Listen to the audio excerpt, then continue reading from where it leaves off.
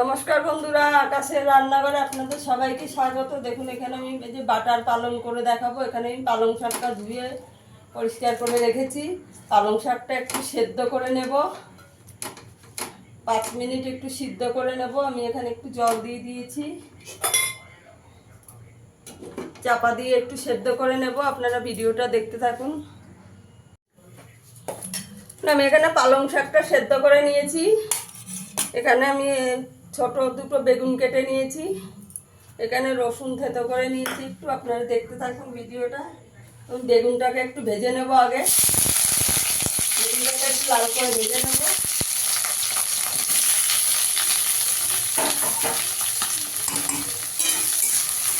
বেগুনের মধ্যে একটু হলুদ দিয়ে দেবো, একটু নুন দিয়ে বেগুনটাকে একটু লাল করে ভেজে নেব।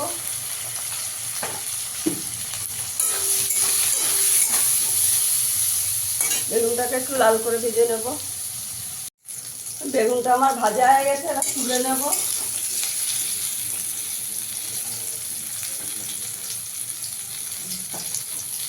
বেগুনটা একটু লাল করে ভেজে নিয়েছি, তুলে নেবো এবার।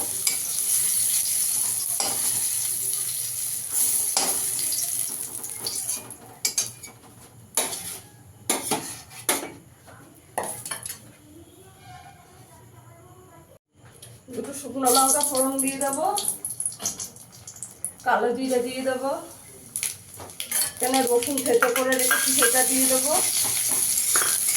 দিয়ে রসুনটা একটু ভালো করে ভেজে নিতে হবে। আমার ভিডিওটা যদি ভালো লাগে লাইক করবেন, শেয়ার করবেন, চ্যানেলটিকে সাবস্ক্রাইব করে দেবেন।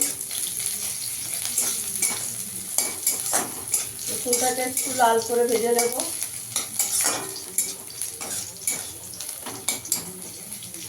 এরকম একদিন আপনারা বানিয়ে দেখবেন, গরম ভাতের সঙ্গে দারুণ লাগে খেতে।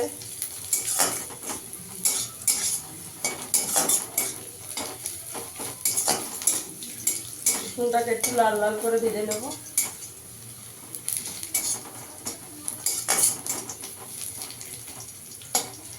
রসুনটা লাল করে ভাজা হয়ে গেছে, এবার সেদ্ধ পালং শাকটা দিয়ে দেবো।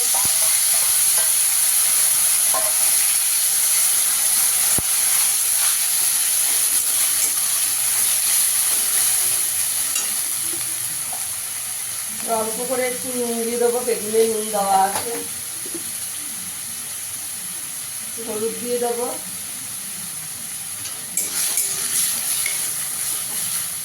এবার ভালো করে পালং শাকের জলটা শুকিয়ে নিতে হবে।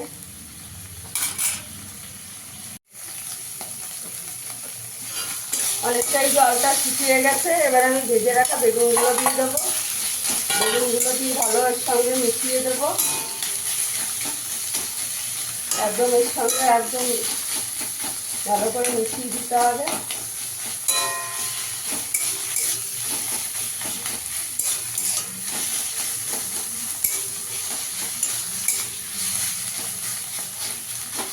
আর একটু শুকনো শুকনো হবে। দুটো কাঁচা লঙ্কা দিয়ে দেবো, মাঝখান দিয়ে কেটে দুটো কাঁচা লঙ্কা দিয়ে দেবো।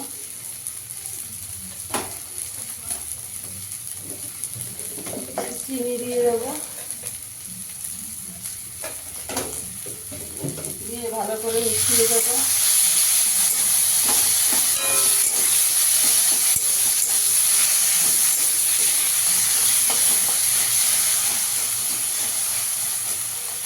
আর একটু শুকনো শুকনো করে নিতে হবে, একদম শুকিয়ে নিতে হবে জলটাকে।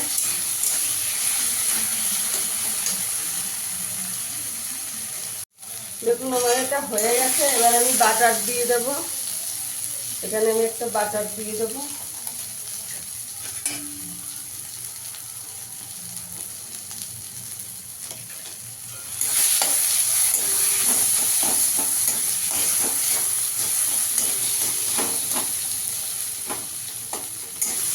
ভাত রুটি সবের সঙ্গে খুবই ভালো লাগে। আপনারা একদিন বানিয়ে দেখবেন, আমার মতো করে বানাবেন একদিন।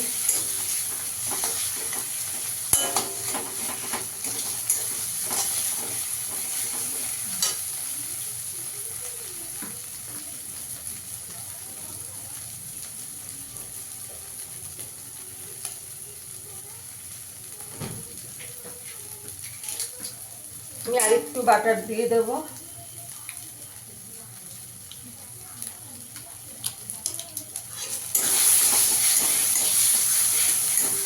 হয়ে গেছে, এবার আমি সার্ভ করে দেখাচ্ছি। দেখুন বন্ধুরা, আমার বাটার পালনটা হয়ে গেছে। ফিরে আসবো আবার নতুন কোনো ভিডিও নিয়ে। সবাই ভালো থাকবে, সুস্থ থাকবে, ধন্যবাদ।